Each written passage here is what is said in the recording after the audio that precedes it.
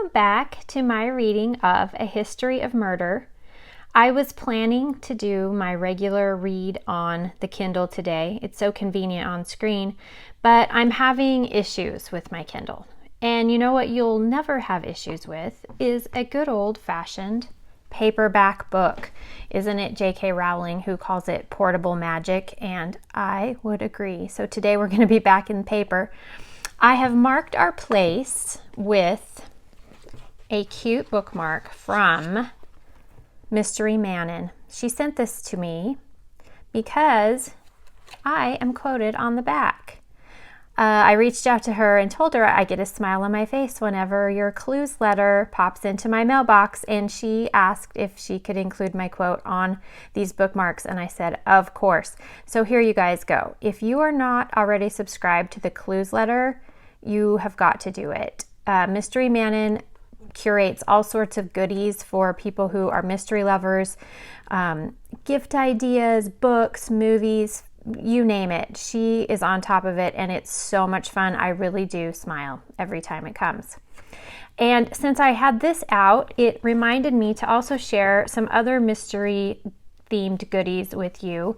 These stickers that I bought came from Sleuth Style. I will link her, and I will also link Mystery Mannon's clues letter down below. Is this just the cutest thing ever? So this says, always reading mysteries. This sticker says, what would Agatha do? And this one is sleuthing essentials. And that's just a few of her designs. You can also get, rather than stickers, if you would rather have prints for your wall or mugs, notebooks. She's got all sorts of fun things, but I got these. I'm actually going to be doing some giveaways with some of these items, I do believe. And if you order a signed book from me on Etsy, you never know what mystery goodies will also come in the package. So, all right, let's get to our reading of chapter 37 and maybe 38. We'll see how it goes today. We're getting so close to the end. That's one good thing about a paperback is you can actually see how close we are. Do you guys do that too? When you're like, oh, how much farther do I have to read? We're very close. So let's get started. We'll see how far we get. But we're starting with chapter 37, which is a terrible attempt. So let's just recap really quickly. Chloe has just arrived at the salon. Bree's going to help her get ready for the ball later that day, and she's really worried about what this dress that Bree Brandon picked out for her is going to look like. The dress was stunning. It was simple and elegant in a gorgeous shade of emerald green. Not a sequin or bow to be seen. On the floor sat a pair of classy silver sandals with a kitten heel. A tiny black clutch purse with a rhinestone clasp and a black silk wrap completed the look. I loved it all. But could I pull it off? And worse, would Bree make me up to look like a pageant contestant? A queasy feeling filled my stomach in fear of looking like a complete idiot tonight. Well, Bree asked, literally bouncing in anticipation. It's perfect. She grinned and did a little twirl. Do I know you or what? And once we finish your hair and makeup, ooh la la, you are going to be the most beautiful woman at the ball. I felt my cheeks grow warm. Bree was too kind. But little did she know, I wasn't going to the ball to impress anyone. I was going to solve a murder. At least I hoped so. Bree looked up at the clock on the wall. Goodness, your appointment is coming up. I can't wait to get started on you and Lily. I promise to have you both looking amazing in time for the 5 o'clock happy hour. I nodded. When will you get ready? She flipped her hand. I'll whip myself together in time for Anthony to pick me up after work. The very sound of his name made my insides clench. More and more, I thought Bree was too good for him. She really was a sweet girl. Yes, she could be annoying. Yes, her level of drama was pretty hard to take. But Bree was innocent and kind, too. She was growing on me. The shop door opened, its bell dinging. Karen Little from the Poison Pen Book Club came in.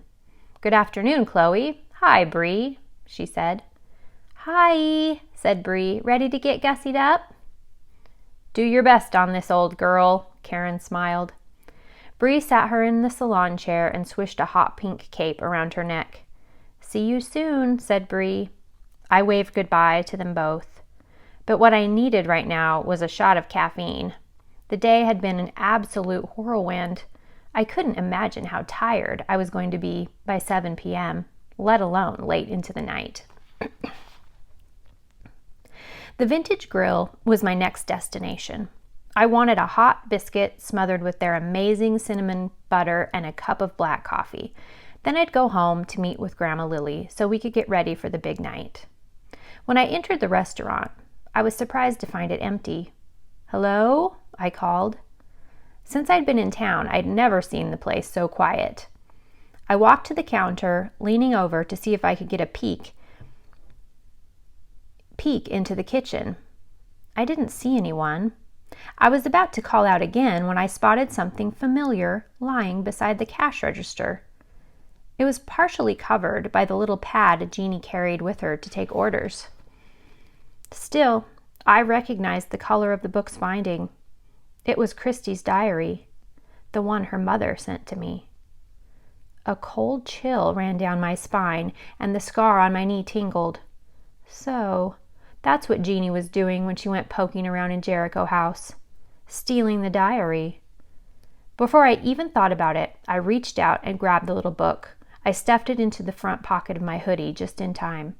"Chloe, hi! Was the door unlocked?" Jeannie popped her head out of the back. "Yeah, it was.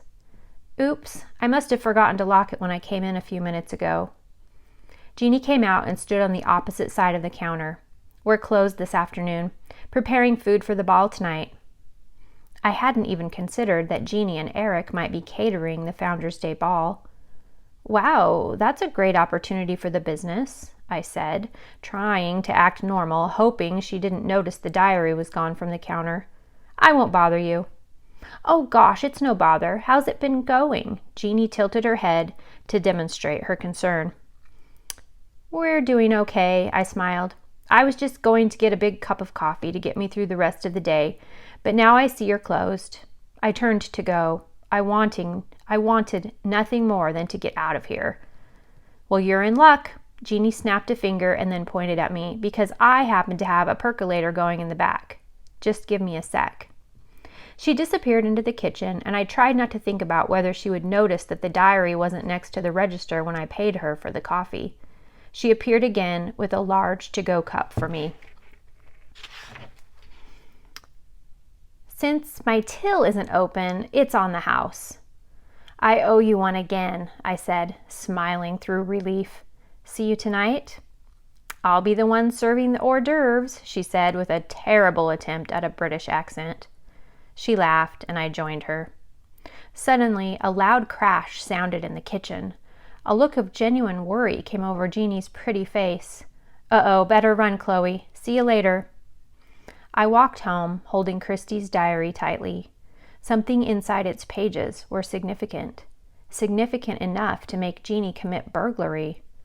I didn't know how long it would be before she realized the diary was missing, or that my opportune visit to the Vintage Grill coincided with its disappearance. One thing was for sure. When I got back to Jericho House, Christy's diary and the rest of her things were going in a safe place, a place in Jericho House that only family members knew how to access. That way, they would be secure until I could deal with them, because I couldn't spend any more time on past problems right now. I had to focus on the task at hand. Chapter 38. Ready to go. When Grandma Lily and I arrived at our appointment, Bree hurried us to get dressed. "Take turns in the ladies' room and get into those party clothes, girls." I went first and slipped into the emerald slip dress. It fit like a glove, which surprised me given Bree's petite proportions. Who cared if it was floor length? It was a floor-length number on her and hit me mid-calf. It still looked great. I slipped on the sandals and added a simple pendant necklace Grandma Lily let me borrow. I was pleased with my reflection in the bathroom's full-length mirror, and thankful Bree had included the fine black wrap so I could cover the purple bruise still visible on my upper arm. "Get out here and let us see it," my grandma called. I opened up the door slowly. Grandma Lily gasped and put her hand over her mouth. Bree let out a loud twit-twoo whistle. "Have a seat right here. I'll finish the look," Bree smiled. Grandma gathered up the dress she had brought and went in to change. "Listen, Bree, I don't want to come off as a control freak, but I'm not, as girly as you. Can we keep my look kind of..." Bree cut me off with a wave of her hand. "Excuse me, who chose this dress for you? Are you going to trust me or not?" She had a point. "All right, I trust you." Now, to make sure there's no more meddling, Bree turned my chair backward so I could no longer see myself in the mirror. "Hey!" "I've got you, Chloe," Bree insisted, and went to work on my makeup. Grandma Lily emerged in a navy shirred gown with a silver wrap around her shoulders. Her heels had tiny silver bows on the toes. "It's perfect, Grandma," I said. Grandma Lily looked worried. "Do you think it's too festive, considering my situation?" she asked. "No," I told her. "You look lovely." Bree was working on my hair now. I felt her twist my long tresses against the back of my head and poke bobby pins here and there. She worked her way around with pins and hairspray. She and Grandma Lily both looked pleased. "Done?" I asked. "Almost," Bree said, turning to her makeup table and then returning to me with a tube of rich burgundy lipstick. "Whoa there! Stop it. You said you trusted me. This is going to look amazing against the dress and your hair color." I pressed my eyes closed and let her have her way with me. "That's it," Bree said. "You're done." "Can I turn around now?" She nodded and spun my chair around to face the mirror. She had been right. The dark lips did play well off the emerald dress and my golden brown hair.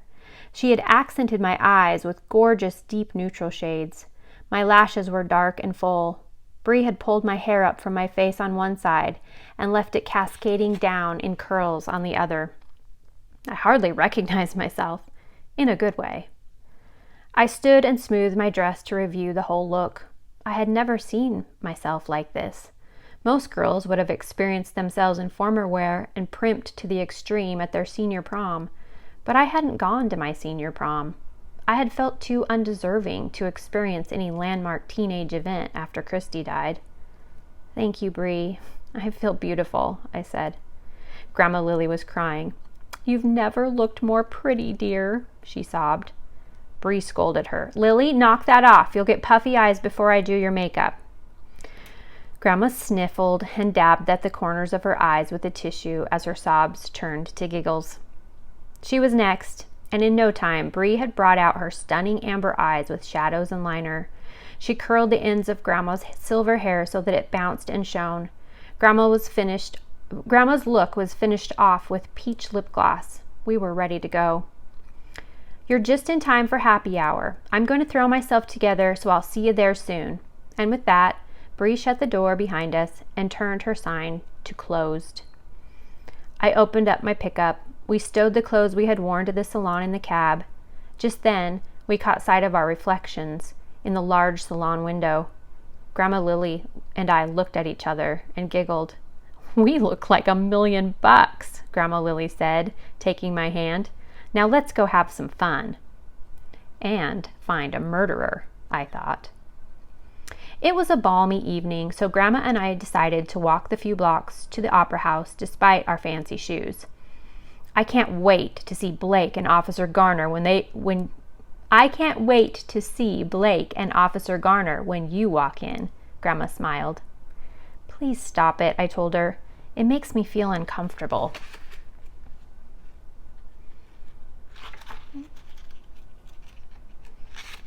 Sorry, folks.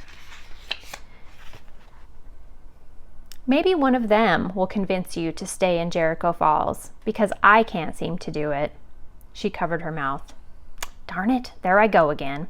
Old habits really do die hard. I stopped walking. Grandma Lily turned to see why. "Grandma, I don't think I can stay." She needed to know how I felt. I'm here because we have to clear your name, but that's it. Grandma's smile faltered. This should be your home, Chloe. I'm not sure if that's possible, I told her. We were almost to the opera house, close enough to hear music and voices up ahead. I stopped once more and took Grandma Lily's hands in mine, squeezing them a little. Like you said, let's go have some fun. All right, everybody. That was 37 and 38. And look, we're even closer to the end. And we'll see if Chloe can discover who the killer is of Art McMillan at the Founders Day Ball. And that is coming up next on the next reading of A History of Murder. I hope you join me then. If you are enjoying the story, please leave me a thumbs up and subscribe. And don't forget to check out the great goodies over at Mystery Mannon's Clues Letter and Sleuth Style. Thanks, you guys. We'll see you soon.